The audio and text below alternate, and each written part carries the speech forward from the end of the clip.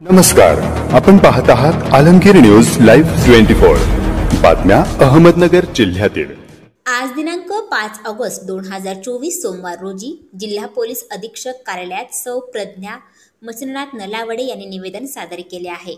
निवेदनात म्हटले आहे की मी प्रज्ञा मच्छिंद्रनाथ नलावडे राहणार दत्त मंदिर जवळ नागापूर मी वरील ठिकाणचा रहिवासी असून दिनांक 21 जुलै 2024 रोजी माझी मुलगी नामे अर्पिता मच्छिंद्रनाथ नलावडे वय वर्ष 17 आहे।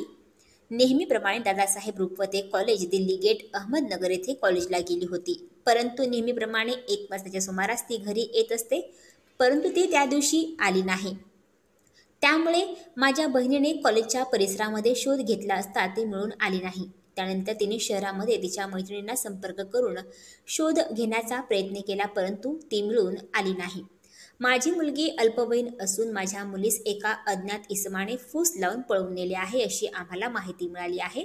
याविषयी त्याच दिवशी दिनांक 21 जुलै 2024 रोजी FIR क्रमांक 00570/2024 नुसार भादवी 137(2) कलम अन्वये प्रथम खबर अहवाल MIDC पोलीस स्टेशन येथे दाखल करण्यात आले।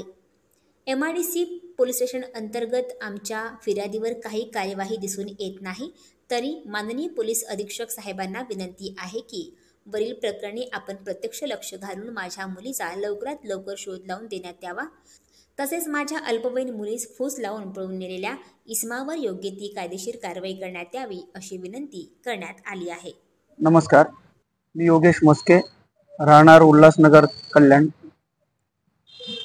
माझी भाची अर्पिता मच्छिंद्र नलावडे नागापूर MIDC येथे सपरिवार राहत असून ती काही दिवस 20/7/2024 या दिवशी आज 16 दिवस झाले बेपत्ता आहे।